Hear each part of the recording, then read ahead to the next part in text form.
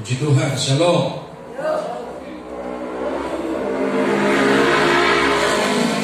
Kita belum tinggal di Firdaus, tapi kita masih ada di dunia. Dan tentu dunia itu macam-macam. Ada yang abu-abu, ada yang hitam, ada yang gak jelas. Karena itu namanya dunia. Dan sebagai anak Tuhan, kita berdomisili, kita tinggal di dunia yang macam-macam ini karakternya, yang macam-macam ini kelakuannya. Di generasi, di angkatan yang bengkok-bengkok ini, kita ada di sini, kita tinggal di sini. Dan kita sebagai anak Tuhan tentu kita tidak boleh sama dengan dunia. Dan setuju katakan amin. Sebagai orang percaya, sebagai anak Tuhan tentu kita tidak boleh berperilaku seperti perilaku orang-orang dunia. Tentu kita harus berbeda dari mereka. Kita punya warna, kita punya sikap, kita punya kepribadian yang jelas di tengah-tengah dunia yang bengkok ini. Dan bagaimana caranya mengatur, mengelola kehidupan kita untuk bisa beradaptasi dan tinggal di dunia yang gelap ini. Dan kita tidak tercemar, tapi kita mewarnai dunia dengan kasih Tuhan. Manajemen kehidupan anak Tuhan. 1 Korintus pasalnya yang ke-6 ayat 1 sampai 11. Apakah ada seorang di antara kamu yang jika berselisih dengan orang lain berani mencari keadilan pada orang-orang yang tidak benar dan bukan pada orang-orang kudus? Atau tidak tahukah kamu bahwa orang-orang kudus akan menghakimi dunia? Dan jika penghakiman dunia berada dalam tangan kamu, tidakkah kamu sanggup untuk mengurus perkara-perkara yang tidak berarti? Tidak tahu kamu bahwa kita akan menghakimi malaikat-malaikat? Jadi apalagi perkara-perkara biasa dalam hidup kita sehari-hari.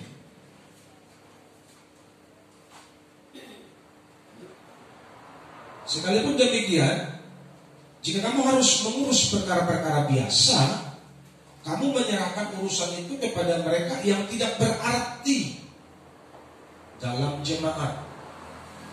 Hal ini kukatakan untuk memalukan kamu. Tidak adakah seorang di antara kamu yang berhikmat, yang dapat mengurus perkara-perkara dari saudara-saudaranya? Adakah saudara yang satu mencari keadilan terhadap saudara yang lain, dan justru pada orang-orang yang tidak percaya adanya saja perkara di antara kamu yang seorang terhadap yang lain telah merupakan kekalahan bagi kamu? Mengapa kamu tidak lebih suka menderita ketidakadilan? Mengapakah kamu tidak lebih suka dirugikan? Tapi kamu sendiri melakukan ketidakadilan, dan kamu sendiri mendatangkan kerugian, dan hal itu kamu buat terhadap saudara-saudaramu. Dan beberapa orang di antara kamu demikian dahulu, tapi kamu telah memberi dirimu disucikan, kamu telah dikuduskan, kamu telah dibenarkan dalam nama Tuhan Yesus Kristus dan dalam roh Allah kita. Puji Tuhan. Yang berbahagia adalah mereka yang mendengar firman Tuhan dan yang melakukannya dalam kehidupan mereka hari lepas hari. Manajemen kehidupan anak Tuhan.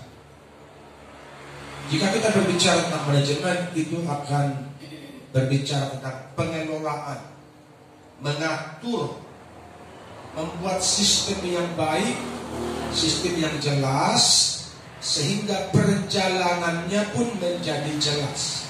Perjalanan kerohanian kita menjadi jelas kalau kita manajemen rohani kita secara baik. Ada banyak orang di luar sana, mereka bangga mengaku orang Kristen, mereka bangga mengaku orang percaya, bahkan mereka bangga mengaku pengurus majelis pengerja Pamulan Ihuria. Mereka bangga mengaku itu. Tetapi pertanyaannya, adakah tabiat, adakah karakter, adakah sikap hidup mereka berbeda dengan orang-orang yang di luar sana? Atau jangan-jangan mereka pun sama, tidak ada bedanya, hanya cuma sekedar pengakuan saja, hanya cuma sekedar formalitas saja. Mereka pengerja, mereka majelis, mereka hamba Tuhan, tetapi pada praktek kehidupannya semua kelihatan sama warnanya. Yang mana jemaat, yang mana pengerja, yang mana hamba Tuhan, yang mana majelis, tidak bisa dibedakan. Sama semua perilakunya, sama semua kelakuannya. Kenapa? Karena yang mengaku hamba Tuhan, yang mengaku pengerja, mereka justru terkontaminasi di luar sana. Mereka justru tercemar di luar sana. Mereka justru terpengaruh dengan orang-orang yang ada di luar sana, tanpa membuktikan, menunjukkan kepada dunia sebuah warna anak Tuhan yang jelas. Sehingga kalau ditanya, buat apa kau jadi hamba Tuhan, jadi pengerja, jadi situa, jadi majelis? Ya supaya dihormati orang lah. Kalau mau gila hormat, jangan jadi hamba Tuhan. Karena hamba Tuhan itu keset. Hamba Tuhan itu babu jongosnya Tuhan, yang prinsip hidupnya rela menderita. Haleluya. Itu prinsip kebenaran yang tidak bisa ditukar. Sampai kapanpun, bahwa yang namanya hamba Tuhan itu sebuah pengabdian untuk menderita bersama-sama dengan Tuhan Yesus. Tidak ada pilihan lain. Jadi kalau ada orang berpikir, aku mau jadi hamba Tuhan, aku mau jadi situa, aku mau jadi majelis supaya aku enak, aku terhormat, lu salah pilih. Ketika belum mengerti hakikat daripada pelayanan yang sebenarnya, engkau baru sekilas ikut-ikutan karena kau lihat hamba Tuhan enak pakai dasi, lu pengen-pengen, dan lu gak tahu masalahnya segunung, persoalannya segunung. Jangan lihat tampil di mimbar ini 1 jam 2 jam, tapi bagaimana kehidupannya setiap hari, mengelola kehidupannya setiap hari untuk tidak tercemar dengan dunia. Ini sebuah perjuangan berat. Dan kita yang mengaku anak Tuhan hari ini, kita pun harus berjuang untuk itu. Supaya tidak menjadi sama dengan orang yang di luar sana. Yang pertama yang perlu kita lakukan, miliki hati yang rela. Adanya saja perkara di antara kamu yang seorang terhadap yang lain telah merupakan kekalahan bagi kamu. Mengapa kamu tidak lebih suka menderita ketidakadilan? Mengapakah kamu tidak lebih suka dirugikan? Tugas kita, gereja Tuhan, anak Tuhan, adalah mengupayakan kedamaian bagi semua orang, dan khususnya bagi persekutuan kita orang-orang percaya satu gereja ini. Jadi tugas kita mengupayakan perdamaian, kedamaian di sana. Bagaimana supaya kita bisa menjadi pembawa damai? Tentu hatimu harus penuh dengan damai. Amin. Tidak mungkin orang yang hatinya panas bisa membawa damai. Tidak mungkin orang yang hatinya benci bisa bawa damai. Tidak mungkin orang yang hatinya busuk bisa jadi damai, membawa damai buat orang. Jadi supaya kita bisa menjadi pembawa damai, pastikan hatimu penuh dengan damai sejahtera Tuhan. Kalau ku cari damai, hanya ku dapat dalam Yesus. Kalau ku cari ketenangan, hanya ku temui di dalam Yesus. Katakan amin. Jadi miliki hati yang rela. Kalau sampai terjadi percekcokan, kalau sampai terjadi keputusan satu pendapat, lebih baik kita mengalah dan rela rugi. Yang penting kedamaian tetap terjaga dan terpelihara. Itu tugas anak Tuhan. Makanya tidak boleh egois dan pengen menang sendiri. Haleluya. Kalau kita ngotot dan pengen menang sendiri, kita egois, dimanapun kita ada, kita pasti pembawa masalah. Itulah masalah. Seseorang yang egois, yang pengen menang sendiri, apalagi mengaku anak Tuhan, dimanapun kita ada, kita akan menjadi batu sandungan di sana. Kita akan menjadi troublemaker di sana, pembuat masalah di sana. Kenapa? Karena hatimu tidak dipenuhi dengan damai sejahtera Tuhan. Tapi kalau hatimu penuh dengan damai sejahtera, dimanapun engkau ada, damai itu akan mengalir. Haleluya. Ini yang perlu kita mengerti hari ini, supaya gereja Tuhan, kita pribadi-pribadi di kampung, di desa, di mana kita ada, kita betul-betul menjadi berkat di sana. Haleluya. Haleluya. Apalagi kita yang mengaku orang karismatik, gereja karismatik, penuh Roh Kudus, tapi kalau di luar kita menjadi sandungan. Apa kata dunia tentang gereja kita? Itulah masalah. Apa kata dunia tentang pelayanan kita? Mari kita mengerti hari ini, kelola rohanimu, kelola hidupmu dengan baik. Miliki hati yang rela, bahkan rela disakiti, rela dirugikan, harus mengalah demi kebaikan orang lain.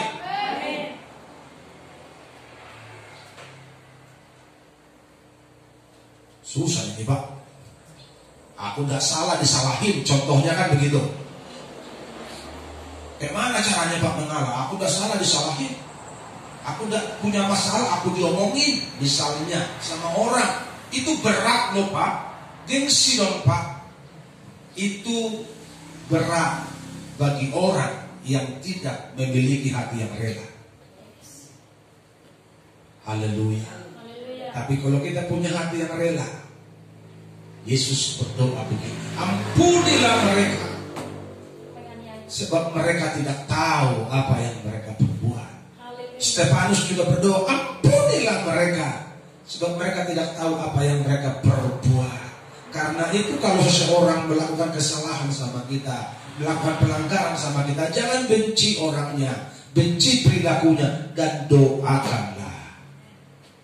Jangan simpan kebencian, karena engkau tandanya tidak rela. Kalau engkau tersinggung, tandanya hatimu tidak rela.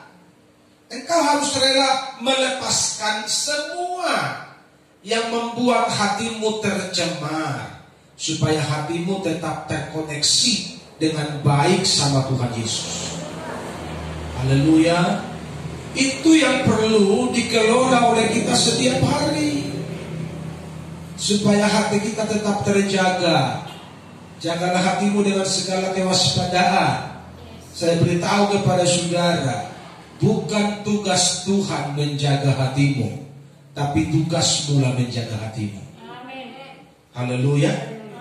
Jadi jangan berdoa, Tuhan jaga hatiku. Tuhan bilang begini, kerja lu apa? Saudara setuju? Amsal 3 kan ayat 24 kan berkata begitu, jagalah hatimu. Jadi bukan Tuhan yang menjaga hatimu, saudara. Bukan Tuhan yang menjaga hatimu, umat Tuhan. Engkau sendirilah yang menjaga hatimu. Makanya harus dikelola dengan baik supaya tidak tersimpan benci dan dendam, amarah, apapun namanya, keduniawian, supaya tidak tersimpan di hatimu. Tapi di hatimu yang ada apa? Kasih Tuhan. Yang ada apa? Cinta Tuhan. Yang ada apa? Pengorbanan. Itu yang ada di hati. Haleluya. Kalau hatimu sehat, umur akan panjang. Karena kalau hatimu sakit, akan banyak penyakit yang datang. Karena pintunya terbuka bagi setan. Betul apa betul? Pintu hatimu terbuka bagi setan. Karena kau izinkan benci, amarah, dendam di sana. Jadi siapapun yang melukai engkau, siapapun yang mengata-ngatai engkau yang jahat padahal engkau tidak melakukan itu, milikilah hati yang rela untuk mengampuni, memaafkan, melupakan pelanggaran orang. Jangan pula kau ingat, waktu sudah berjalan, tahun sudah berganti, kau ingat terus kesalahan orang, sementara Tuhan sudah melupakan kesalahannya. Lu siapa ingat-ingat terus? Yang suka begitu katakan amin. Kalau kita minta ampun sama Tuhan, dia boleh gak? Lu ingat terus kesalahan orang. Udah 3 tahun, tau gak? Dulu, sampai sekarang gue lupa, masih benci gue. Dulu gue diomongin sama dia. Tuhan sudah lupa, lu ingat terus. Berarti memorimu udah dicabut dari memori Tuhan kalau begitu. Betul apa betul? Kenapa bisa diingat-ingat ibu-ibu? Karena hatimu belum rela. Ibu-ibu katakan amin. Haleluya. Hatimu belum rela. Makanya suamimu salah ngomong 10 tahun lalu masih kau ingat terus. Tuhan aja so lupa, lu ingat terus kayak mana sih? Halo. Makanya banyak yang mati muda karena omongan yang salah disimpan di hati. Makanya Daud bilang, dalam hatiku kusimpan janjimu. Janji Tuhan simpan di hatimu. Bukan perkataan salah, perkataan kotor, perkataan jelek orang kepadamu yang kau simpan. Nanti kau akan kena kanker, cepat mati. Katakan amin. Jadi kelola hatimu dengan baik, jaga, pelihara, rawat, supaya nggak ada sampah-sampah di sini. Kalau ada sampah di sini, hatimu akan bau. Kalau hatimu bau, penyembahanmu tidak dikenal sama Tuhan. Haleluya. Lebih baik aku rugi, yang penting tidak terjadi pertikaian, gak terjadi masalah, gak terjadi cekcok, apalagi antar gereja kita karismatik. Mananya itu karismatik itu? Kalau nangis, kalau berdoa nangis, berbedai yang galakan. Coba. Kalau sampai tetangga kita bilang begini, mulu berbedai hadapi juga. Katanya orang Betel itu, GBI kan mulu berbedai. Ganas sekali, tapi kalau nyanyi nangis-nangis. Si tahun pula lah kita, bahan omongan orang lagi. Yang pernah begitu katakan amin. Supaya bertobat. Haleluya. Inilah sikap hati yang rela. Pokoknya yang penting bagaimana supaya aman deh. Gua kalah, mengalah, udah gak ada apa-apa. Gua rugi gak apa-apa, gua terima. Yang penting bagaimana supaya aman, tidak terjadi masalah. Tapi jangan terima gak rela. Menerima tapi gak rela, lu sakit hati. Benci namanya, nanti cepat mati. Rela melepaskan pengampunan. Rela melepaskan maaf buat orang yang bersalah pada kita. Walaupun kita gak salah tapi dicap salah, no problem. Kan Tuhan melihat. Haleluya. Tuhan melihat. Kebenaran itu akan tetap benar walaupun dimanipulasi dengan cara bagaimanapun. Yang namanya kebenaran tetaplah kebenaran. Tapi faktanya di Jemaat Korintus ayat 8, tetapi kamu sendiri apa dikatakan? Melakukan ketidakadilan. Jadi yang ngomong itu damai. Dia pun di luar sana rupanya damai dia. Marga juga dia. Yang suka angkat tangan begitu, yang suka senang memuji Tuhan, di luar sana berbeda juga. Kalau ngomong, jangan berbeda lah. Kita kan anak Tuhan, baik-baik lah kita. Di luar sana nggak tahu kita berbeda juga. Alkitab yang bilang, haleluya. Tetapi kamu sendiri melakukan ketidakadilan dan kamu sendiri mendatangkan kerugian sama orang, sama siapa? Sama temanmu, teman persekutuanmu, satu gerejamu. Karena surat ini kepada komunitas jemaat Tuhan. Haleluya. Jadi kalau kita bilang mengampuni, di luar sana pun kita harus tetap mengampuni. Jangan di sini kita bilang ayo mengampuni, tapi di luar sana benci, dendam. Itu mah bukan anak Tuhan namanya, anak dunia. Katakan amin.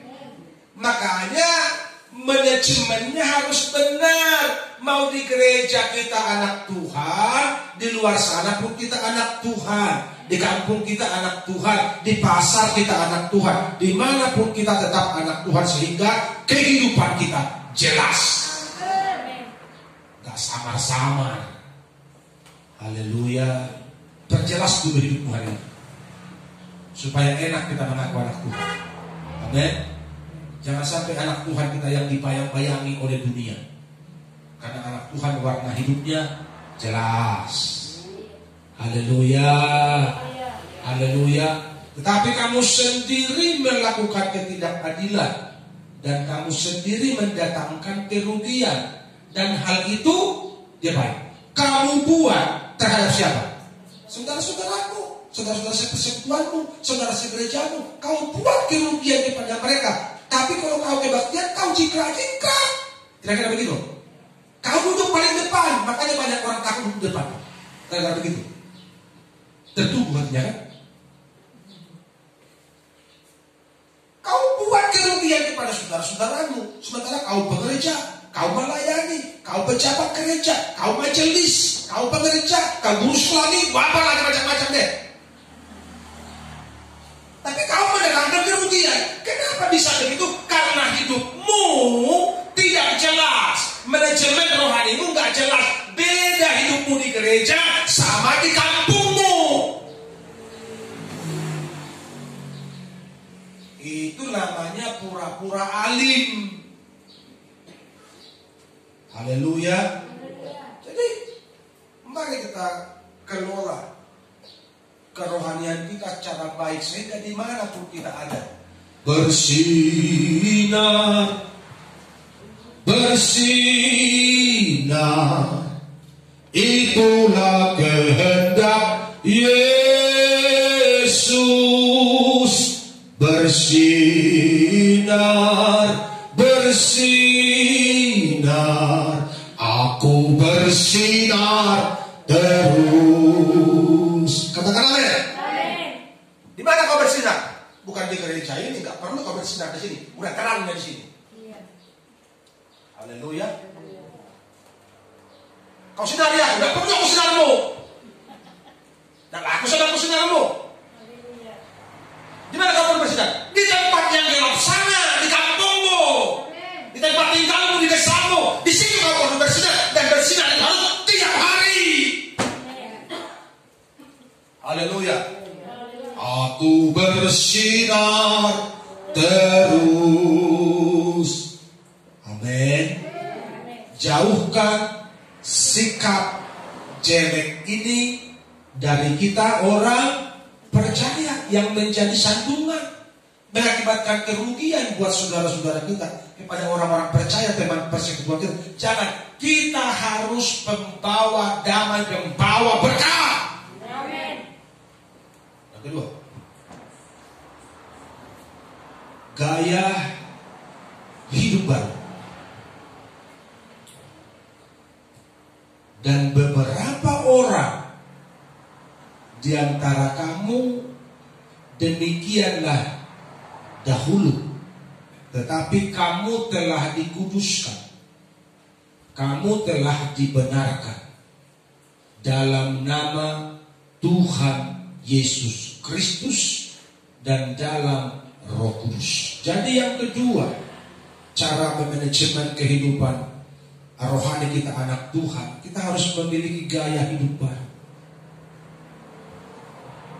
Dulu kita melakukan itu karena di situ dibilang beberapa orang dahulu begitu karakternya, begitu tabiatnya dahulu jelek. Kalau sudah bertobat, hidup baru dong. Amin. Tapi faktanya kenapa menjadi sandungan? Karena ngaku bertobat, tapi di luar sana tabiat lama yang keluar, tabiat lama yang nongol, tabiat lama yang dipakai dalam pergaulan setiap hari. Tapi kalau di gereja ngaku, aku sudah bertobat. Di sini kalian begitu ya? Kalian ngaku ya? Jadi gaya hidup baru kalau kita sudah bertobat, yang lama sudah berlalu, sesungguhnya yang baru telah datang. Jangan pakai lagi jubah lamamu, jangan pakai lagi karakter lamamu. Berarti lu udah bertobat namanya. Itulah masalah umat Tuhan. Jadi kalau kita miliki gaya baru, gaya hidup baru, aman kita. Amin. Kenapa suka ribut-ribut? Karena gaya lama yang dipakai. Apa itu gaya lama tadi? Kalau ayatnya yang coba bukan ayat mulai ayat 9 sampai 10. Ini gaya hidup lama di sini. Aku tidak tahu kamu bahwa orang-orang yang tidak adil, itu gaya hidup lama. Tidak adil. Tidak akan mendapat bagian dalam kerajaan Allah. Janganlah sesat, orang cabul, penyembah berhala. Aku percaya sama Tuhan. Di luar sana di suku Dagu, tanya Tukun. Percaya sama apa itu, sama horoskop, sama mimpi-mimpi. Percaya. Tapi kalau di gereja, aku hanya percaya Tuhan deh. Pokoknya hanya firman yang aku pegang deh. Di gereja begitu, di luar sana lain. Penyembah berhala, orang berzina, mancing, orang pemburi. Ayat 10. Pencuri, orang kikir. Orang kikir masuk juga rupanya gaya hidup lama. Haleluya. Jadi kalau sudah aku bertobat hidup baru masih kikir, berarti itu produk lama masih ada tuh. Ya, jemaat Tuhan dengar ya. Produk lama itu harus dibuang, dimatikan. Pemabuk, karismatik loh, tapi ternyata di luar sana masih belum tuak dia. Tak hebat begitu. Hari Minggu goyang-goyang di gereja, malam Minggu goyang-goyang di gereja tua. Nah, aku orang karismatik, apa ya deh?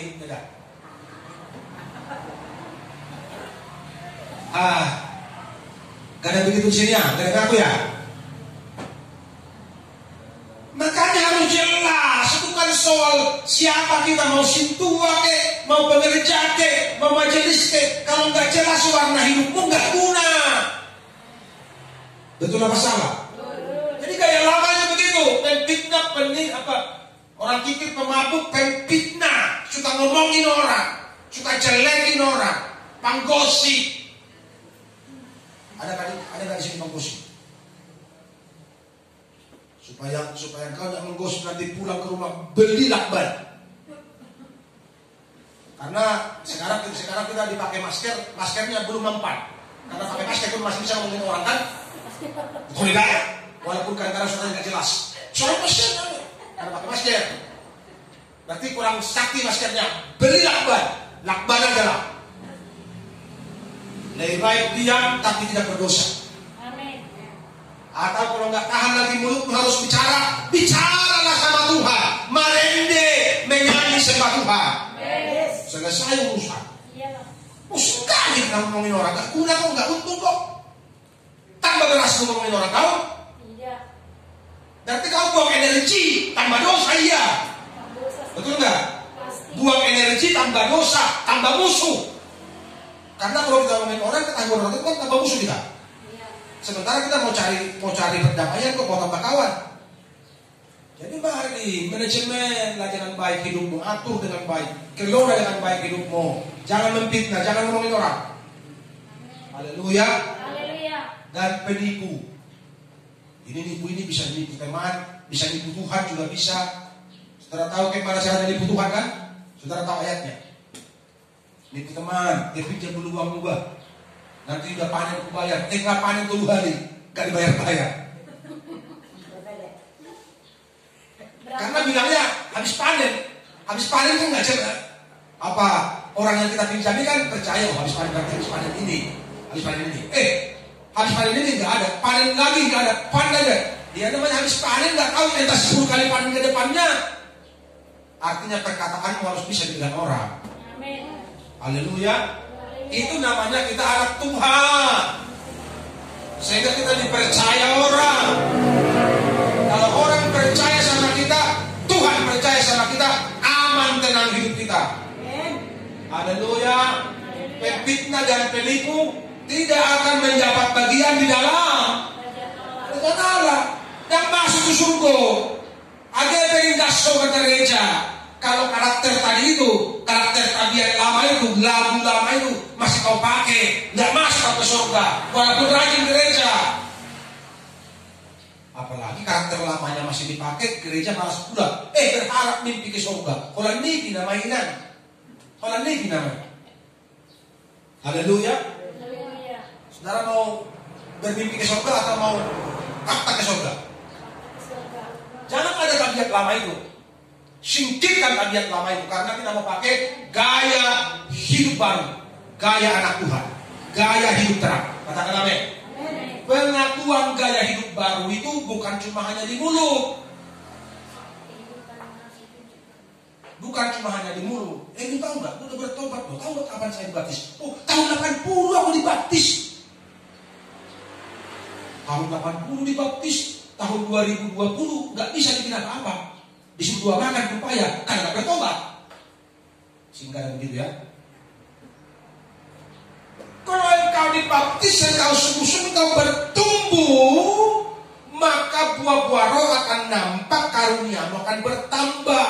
Kau akan bisa menjadi pelayan Tuhan. Betul nggak? Ini bangga aku dibaptis tahun sekian, aku sudah lama. Selama itu lo ngapain? Ngomongin orang, jadiin orang.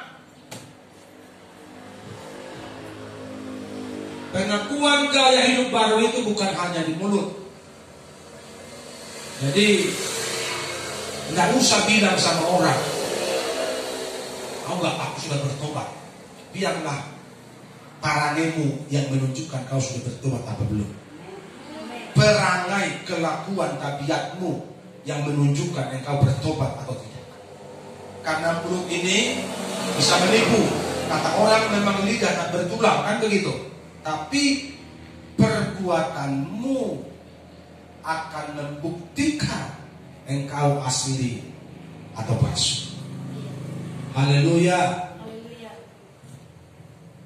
Tetapi sikap kehidupan yang harus ditunjukkan kepada dunia bahwa kita telah hidup baru.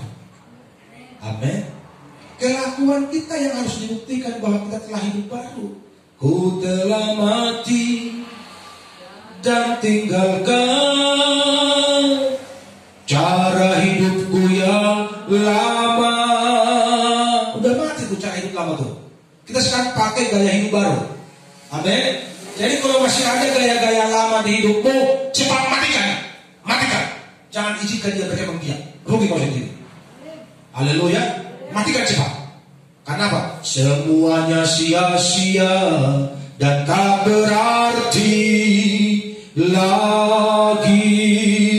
Hidup ini ku letakkan pada mesbah-Mu ya Tuhan. Jadilah padaku seperti yang Kau